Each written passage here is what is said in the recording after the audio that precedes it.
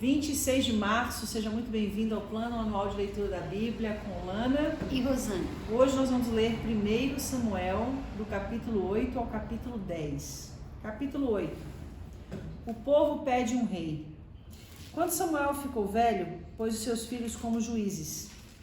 O seu filho mais velho se chamava Joel e o mais novo, Abias. Eles eram juízes na cidade de Berseba, porém não seguiram o exemplo do pai. Estavam interessados somente em ganhar dinheiro. Aceitavam dinheiro por fora e não decidiam os casos com justiça. Então todos os líderes de Israel se reuniram e foram falar com Samuel em Ramá. Eles disseram: olhe, você está ficando velho e os seus filhos não seguem o seu exemplo. Por isso queremos que nos arranje um rei para nos governar, como acontece em outros países. Samuel não gostou do pedido deles, então orou a Deus o Senhor e ele respondeu assim: atenda o pedido do povo, não é você que eles rejeitam, eles rejeitaram a mim como rei. Desde que eu trouxe do Egito, eles sempre têm me abandonado e têm adorado outros deuses. Agora estão fazendo com você o que sempre fizeram comigo. Portanto, atenda ao pedido deles, mas avise essa gente, explicando com toda a clareza como o rei vai tratá-los. Então Samuel explicou ao povo tudo o que o Senhor lhe tinha dito. Ele disse: o rei os tratará assim. Tomará os filhos de vocês para serem soldados, porá alguns para servirem nos seus carros de guerra, outros na cavalaria e outros para correrem adiante dos carros. Colocará alguns deles como oficiais encarregados de 1000 soldados e outros encarregados de 50. Seus filhos terão de cultivar as terras dele, fazer as suas colheitas e fabricar as suas armas e equipamentos para os seus carros de guerra. As filhas de vocês terão de preparar os perfumes do rei e trabalhar como suas cozinheiras e padeiras. Ele tomará de vocês os melhores campos, plantações de uvas, bosque de oliveiras, e dará tudo aos seus funcionários. Ficará com a 10ª dos cereais e das uvas para dar aos funcionários da corte e aos outros funcionários. Tomará também os empregados de vocês o melhor gado e os melhores jumentos para trabalharem para ele. E ficará com a 10ª dos rebanhos de vocês. E vocês serão seus escravos. Quando isso acontecer, vocês chorarão amargamente por causa do rei que escolheram. Porém o Senhor Deus não ouvirá as suas queixas. Mas o povo não se importou com o aviso de Samuel. Pelo contrário, eles disseram: não adianta, nós queremos um rei. Queremos ser como as outras nações. Queremos ter um rei para nos governar, para nos dirigir na guerra e lutar em nossas batalhas. Samuel ouviu o que eles disseram e então foi e contou tudo a Deus, o Senhor. Ele respondeu: faça o que eles querem, dê a eles um rei. Aí Samuel pediu a todos os homens de Israel que voltassem para casa. Saul se encontra com Samuel, capítulo 9. Havia um homem chamado Quis, que era da tribo de Benjamim. Ele era filho de Abiel, neto de Zeror, bisneto de Becorate e trineto de Afias. Quis era rico e importante. Tinha um filho jovem e bonito chamado Saul. Não havia ninguém mais bonito do que ele entre todos os israelitas. Além disso, era mais alto do que todos. Quando estava no meio do povo, ele aparecia dos ombros para cima. E aconteceu que algumas jumentas que pertenciam a Quis, o pai de Saul, se perderam. Então ele disse a Saul: filho, leve com você um dos nossos empregados e vá procurar as jumentas. Eles foram por todas as regiões montanhosas de Efraim e pela terra de Salisa. Porém não acharam as jumentas. Então procuraram a terra de Salim, porém elas não estavam lá. Aí procuraram no território da tribo de Benjamim, mas também não as encontraram. Quando entraram na terra de Zuf, Saul disse aos empregados: vamos voltar para casa, senão em vez de se preocupar com as jumentas, o meu pai vai acabar se preocupando com a gente. O empregado respondeu: espere, nesta cidade mora um homem santo que é muito respeitado, porque tudo o que ele diz acontece. Vamos falar com ele, talvez ele possa nos dizer onde podemos encontrar as jumentas. Saul perguntou: se formos lá, o que vamos levar para ele? Não há comida nas nossas sacolas e não temos nada para lhes dar. ou será que temos? O empregado respondeu: tenho uma pequena quantia de prata que posso dar a ele, para que nos conte onde poderemos achar as jumentas. É uma boa ideia, respondeu Saul. Vamos. Então eles foram à cidade onde um homem santo morava. Quando estavam subindo o morro para chegar à cidade, encontraram algumas moças que estavam saindo para tirar água. Eles lhes perguntaram: o vidente está na cidade? Antigamente, quando alguém queria fazer uma pergunta a Deus, costumava dizer: vamos falar com o vidente. Porque naquele tempo os profetas eram chamados de videntes. Ele está sim, responderam elas. Olhem, aí vem ele, ali na frente. Andem depressa. Ele está entrando na cidade, porque o povo vai oferecer hoje um sacrifício no altar do monte. Assim que entraram na cidade, vocês o encontrarão, antes que ele suba ao monte para comer. O povo não começa a comer antes que ele chegue lá, pois primeiro ele tem de abençoar o sacrifício. Só depois é que os convidados podem comer. Subam lá agora e logo vocês o encontrarão. Então eles foram até a cidade. Quando iam entrando, viram Samuel, que saía para subir até o lugar da adoração. Um dia antes de Saul chegar, o Senhor Deus tinha dito a Samuel: amanhã, a esta hora, eu vou enviar a você um homem da tribo de Benjamim. Você o ungirá para ser o governador do meu povo de Israel. Ele libertará o povo do domínio dos filisteus. Eu tenho visto o sofrimento do meu povo e ouvido os seus pedidos de ajuda. Quando Samuel viu Saul, o Senhor lhe disse: este é o homem de quem lhe falei. Ele governará o meu povo. Saul foi encontrar-se com Samuel perto do portão e perguntou: por favor, onde mora o vidente? Samuel respondeu: eu sou o vidente. Vá diante de mim até o lugar de adoração. Vocês dois vão jantar comigo hoje. Amanhã cedo eu responderei a todas as suas perguntas e então vocês poderão ir embora. E não se preocupe com as jumentas,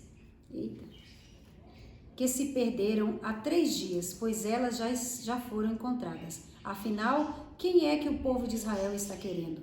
Eles querem é você e a família do seu pai. Saul respondeu: eu sou da tribo de Benjamim, a menor de Israel, e a minha família é a menos importante da tribo. Então, por que o Senhor está falando comigo desse jeito? Aí Samuel levou Saul e o seu empregado para o salão de festas e pediu que os dois sentassem à cabeceira da mesa. Ao redor dessa mesa estavam sentados mais ou menos 30 convidados. E Samuel disse ao cozinheiro: traga aquele pedaço de carne que lhe entreguei e pedi para deixar reservado. O cozinheiro pegou o melhor pedaço da perna e o pôs na frente de Saul. Samuel disse: olhe, aqui está o pedaço que foi reservado para você. Coma-o, pois foi guardado para você comer nessa ocasião em que convidei o povo. E assim, naquele dia, Saul jantou com Samuel. Depois, os dois desceram do lugar de adoração para a cidade. Aí arrumaram uma cama para Saul no terraço e ele dormiu ali.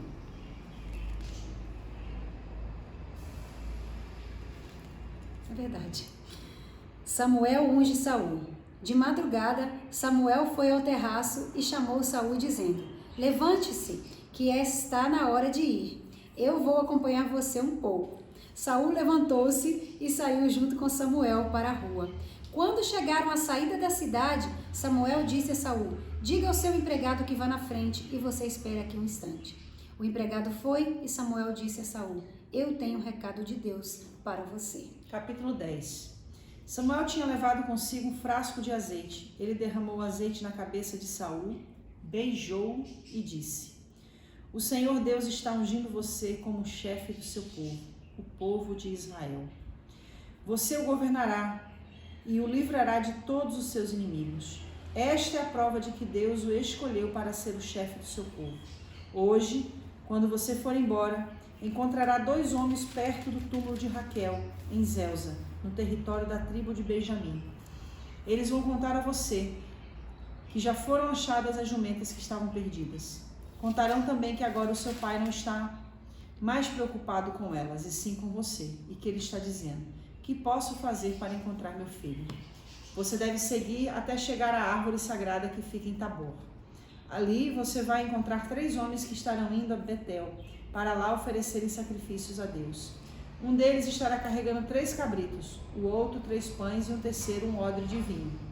Eles vão cumprimentar você e vão lhe oferecer 2 pães, e você deve aceitar. Em seguida, você irá para o monte de Deus, em Gibeá, onde há um acampamento dos filisteus. Na entrada da cidade vai encontrar um grupo de profetas descendo o morro, vindos do altar. Eles estarão tocando harpas, tambores, flautas e liras, e estarão profetizando. Então o Espírito do Senhor dominará você, e você vai agir como um profeta junto com eles, e ficará uma pessoa diferente. Quando isso acontecer, faça tudo o que tiver de fazer, pois Deus estará com você. Vá na minha frente para Gilgal. Eu me encontrarei com você lá e oferecerei sacrifícios que serão completamente queimados e ofertas de paz. Espere lá 7 dias, até que eu chegue e diga o que você deve fazer. Deus mudou o coração de Saul no momento em que ele se despediu de Samuel. E naquele dia aconteceu tudo o que Samuel tinha dito. Quando Saul e o seu empregado chegaram a Gibeá, um grupo de profetas o encontrou. O Espírito de Deus tomou conta de Saul, e ele se ajuntou a eles, agindo como um profeta.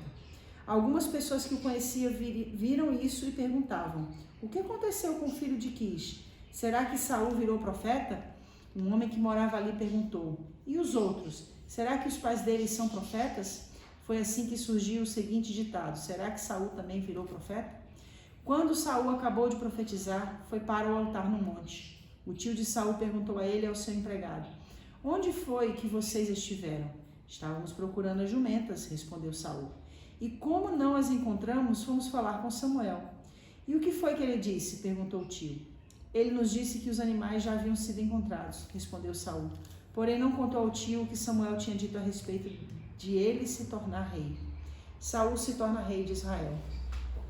Samuel chamou todo o povo para uma reunião religiosa em Mispa e disse: o Senhor, o Deus de Israel, diz: eu tirei vocês do Egito e os livrei dos egípcios e de todos os outros povos que os maltratavam.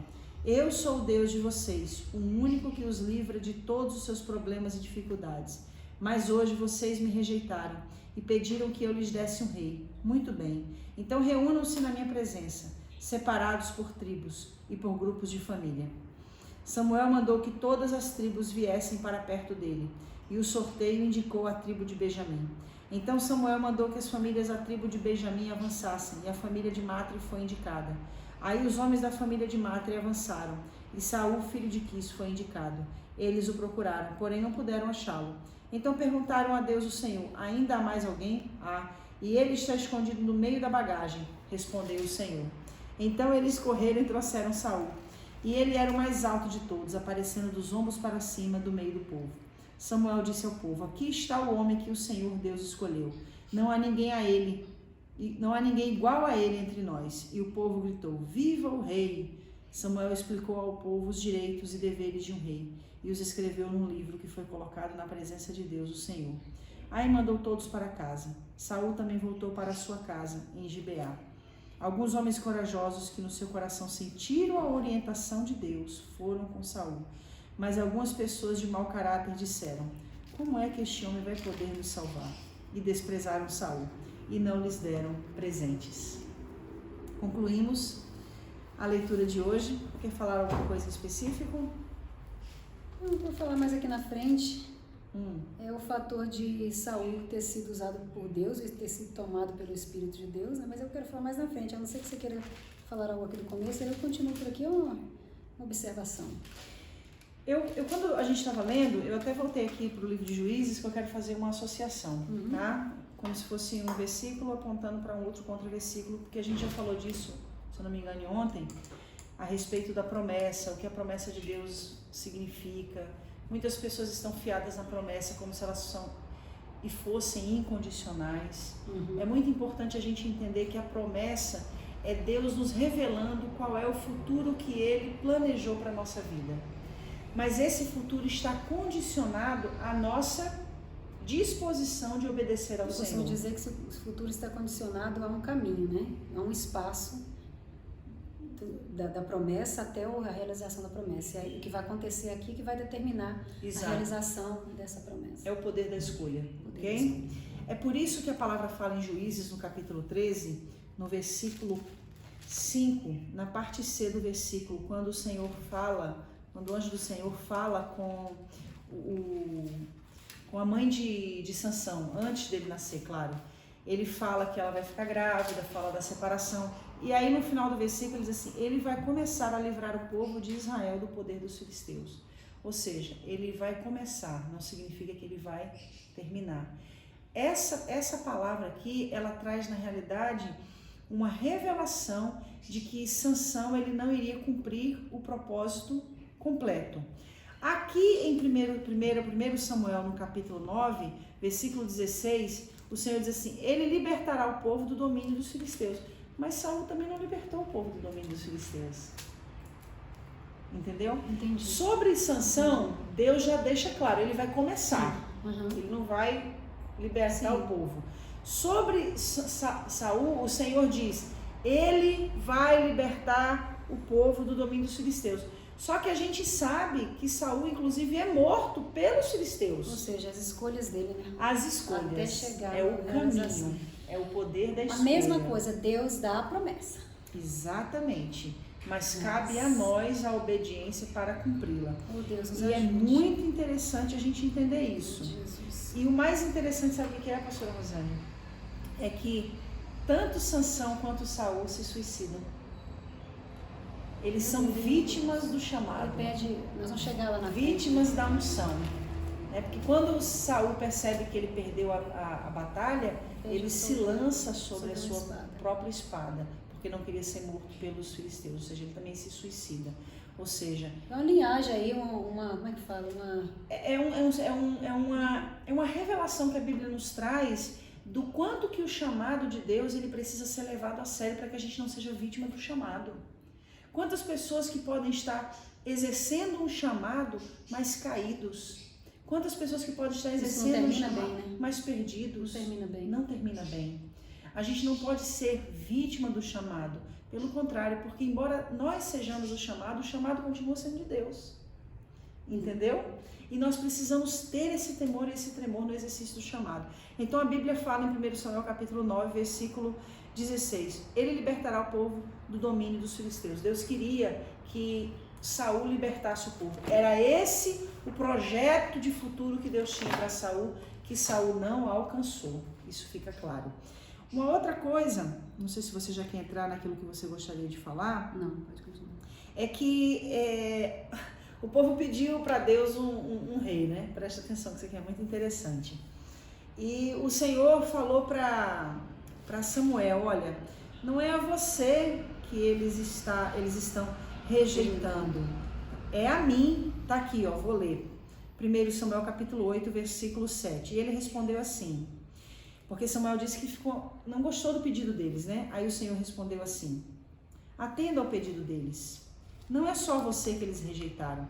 Eles rejeitaram a mim como rei. Desde que eu os trouxe do Egito, eles sempre têm me rejeitado e têm adorado outros deuses. Ou seja, no deserto, pouco tempo depois de sair do Egito e passar pelo Mar Vermelho, fizeram um bezerro de ouro e adoraram o bezerro de ouro. Diz, eis aí Israel, o Deus que te tirou do Egito. Já começaram a tropeçar. Depois, ali também no deserto, a Bíblia diz que quando Balaque chama Balaão para amaldiçoar o povo, Balaão não consegue mais dar a ele um conselho. E aí promove aquela festa, eles começam a se prostituir, a viver na imoralidade, comendo, bebendo e adorando aos deuses dos amorreus. Aí o que a palavra de Deus me fala? Que em Juízes acontece a mesma coisa. O povo pecava porque adorava outros deuses. Aí o Senhor fazia com que eles fossem escravizados por esses povos, a quem eles adoravam os seus deuses. Aí eles se arrependiam, pediam para Deus libertar, Deus levantava um juiz. Tanto que nós temos uma quantidade específica de 15 juízes que foram levantados, desde Otoniel até Samuel. 15 juízes no decorrer da história. Aí o povo vai e pede um rei. Aí Deus fala assim, olha só, desde que eu trouxe eles, eles me abandonam, mas eu vou dar um rei para eles. Não dá o que eles estão querendo, né? E sabe o que é mais interessante, pastora Rosana? Deus deu para o povo um rei que era pastor de jumentas. Tá procurando a jumenta perdida? Davi era pastor de ovelhas. ovelha. Sabe o que Deus quis dizer para o povo, dando para eles um pastor de jumento? Pessoa bruta, né? Que eles são pessoas difíceis de serem pastoreados. Os jumentos são Eles os animais são mais difíceis de serem pastoreados. entende? Então o que Deus estava falando para eles era o seguinte: eu vou dar um rei para vocês. Tudo que Deus faz saiba pastorear jumento, gente difícil, Meu Deus do céu. gente desobediente, gente rebelde, gente que tem um coração que é difícil. Aí olha o que ele acontece. pediu para Samuel falar, né? Fala para eles. Isso. Aí olha o que acontece. Esse povo que pediu um rei, no capítulo 10, versículo 27. Mas algumas pessoas de mau caráter disseram: como é que esse homem vai poder nos salvar? E desprezaram Saul e não lhe deram presentes. Sabe o que é, não? Não sabe o que é, entende? Mas assim, que isso fique de exemplo para nós, né? Que nós possamos pedir a Deus pastores que nos pastoreiem segundo a nossa necessidade. Eu vou mais além, que nós possamos pedir a Deus que nós sejamos obedientes. Sim. E que sejamos atentos à necessidade de entender aquilo que você falou, que eu até matei, que eu achei muito bonito. Que embora sejamos o chamado continua sendo de Deus. Que Deus nos faça compreender a essência dessa palavra, de entendermos que somos de Deus e tudo é de Deus. Para que não precisamos de ter, como é que fala, governantes que... Pastoreiam, né? Que pastoreiam jumentos. Eu acho que pastoreiam. tudo começa dali, né? Do nosso comportamento, dos nossos posicionamentos. E Fica com essa palavra e a gente volta Tá pensando aí nessa palavra? amanhã, com mais um pouquinho, se Deus quiser, Capítulo de 11. 1 Samuel 11 a 14. Deus abençoe, deixe seu like, Siga o canal. siga o canal.